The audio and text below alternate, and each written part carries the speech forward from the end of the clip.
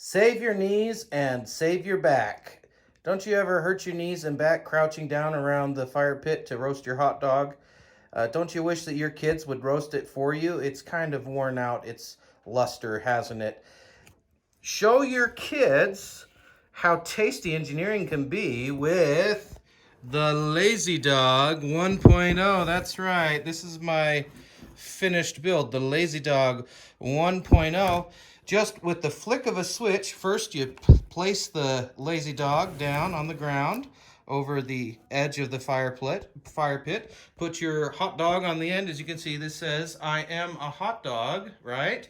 And then with the single flip of a switch, your hot dog begins to spin at an appropriate culinary rate of approximately 10 RPM.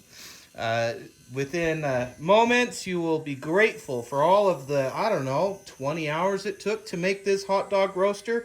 Clearly a beneficial use of your time. Now, maybe it wouldn't be worth it if it was just to save your back with the way that you roast the hot dog, but the time that you spend figuring out how to CAD up these red bearing mounts in Fusion 360, that'll definitely be worth it, as well as this mount to hold the little DC motor. And not only will you have the pride of having finished a rather simple but satisfying build, your child can sit and be mesmerized as they watch the spinning gears in this cutaway mount.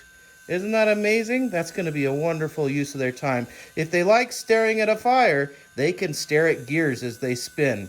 Well, this has been an amazingly fun build. Some of the things that were very intimidating were cutting the acrylic. I know that if you've done it, you probably are like, well, that's stupid, it's easy. Well, I know that now, but I'd never done it before. Another thing that was really difficult was just attaching all of the 3D printed parts to some sort of wooden frame, because as you make the build smaller and smaller, the wood gets very fiddly. So there was a lot of pre-drilling these holes so that as you put the screws in, that didn't fall apart. And if you can't tell, I do own a Kreg jig for making these little holes here so that you can put the screws in. And boy, I am using the blessed sawdust right out of it in this build.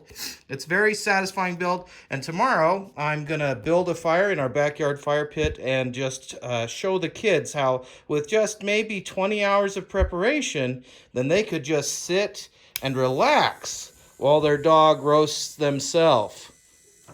Totally worth it. It's been a great time, fun build.